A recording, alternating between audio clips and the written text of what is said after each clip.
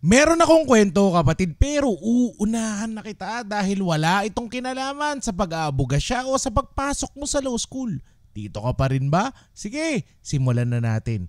All of this and more coming right up. This episode is brought to you by Dekada! 10 life lessons from 10 years in law school. Sa akdang ito ako na ang nagkamali, nadapa, lumuha at nasaktan para ikaw kapatid ay makatapos sa loob ng 4 o 6 na taon. Think of it as a game guide, a cheat sheet that you can use throughout your law school journey. By purchasing this ebook, you are sowing the seeds of free legal aid for those who fall within the gaps of the law. With your help, we can bring the law to the people and more people to the law. Grab your copy through the link in the description down below.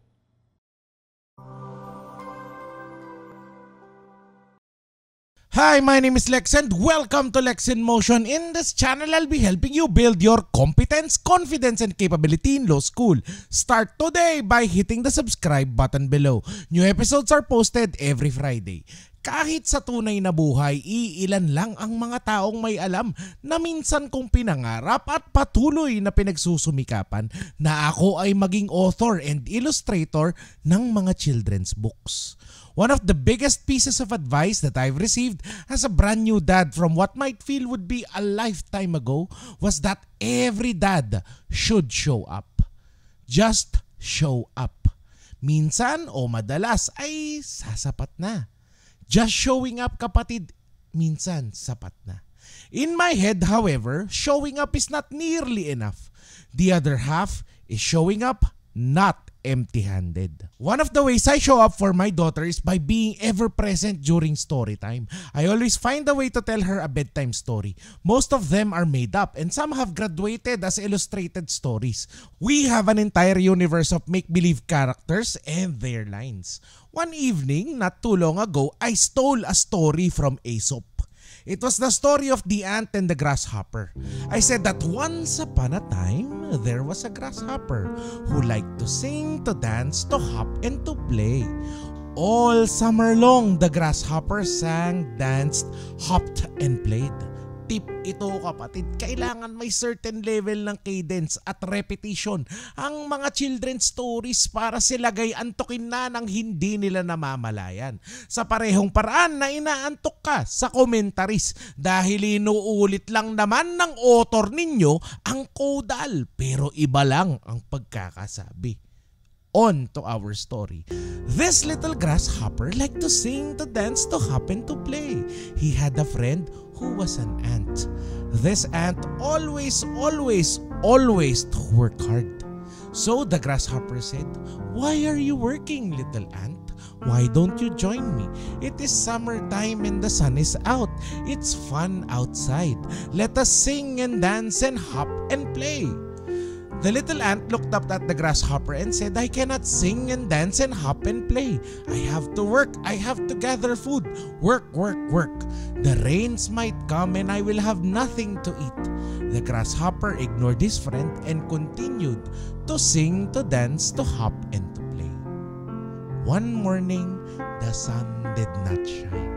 It was wet and muddy outside, and the grasshopper could no longer sing and dance and hop and play. He had no food and he was starving. He regretted spending the summer not working. All he did, after all, was to sing and dance and hop and play. Finally, the ant saw the starving grasshopper. She offered her food and her shelter, and the grasshopper stayed with her and they shared their food. After the story, we asked my daughter what lesson, if any, did she learn from the story. She just felt sad about the grasshopper. Kinagabihan kapatid o sa susunod na story time ay tinanong ko ang aking anak kung ano ang kwentong gusto niyang marinig. Gusto daw niya ay yung story ng grasshopper at yung ant. Sabi ko hindi ko alam ang story kasi tinatamad pa akong magkwento. I asked my daughter to tell the story to me so I could tell it to her again. And she said, "Once upon a time, there was a grasshopper. This grasshopper was a working grasshopper. He went outside to work and gather food. He also set aside some time to sing, to dance, to hop, and to play. Together, the ant and the grasshopper worked and brought food to their houses. But they also went outside to sing, to dance, to hop, and to play. When the rain came, the working grasshopper, sabi ng anak ko, had food in his house. The working ant also had food in her house. The grasshopper went to the ant's house and knocked, and the ant told him to come in. The ant offered the grasshopper some food. But the working grasshopper said, I am not hungry. I just finished eating. I have plenty of food. All I want is for us to sing, to dance, to hop, and to play because it's rainy outside and it's so boring. The ant and the working grasshopper sang and danced and hopped and played. The end. Hindi ito ang usual nating content dito, kapatid. Sabi ko nga sa bungad ay ito ay not a law school story.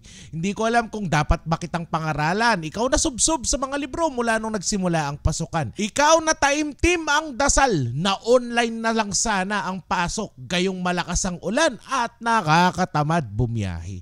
Hindi ko alam kung ang lesson ba dito ay pwede kang tumulad sa working grasshopper na kaya mo ding magsikap sa iyong pag-aaral at hindi lang puro pagmamalato ba ang iyong aatupagin. Hindi ko alam kung ang lesson dito ay kayang-kaya pa din nating magbago. Given na overnight, ang aking grasshopper, wow, ay naging working grasshopper na pala. Isang buwan na lang, kapatid, ay exam mo na. Kung hindi mo pa din napaghahalata, ay amoy midterms na. Nasa iyo yan kung kukuyakoy ka pa o sisimulan mo na ring magsipag. Hindi pa naman huli ang lahat. Huwag mo sana itong pagsisisihan sa pagbawakas ng lahat.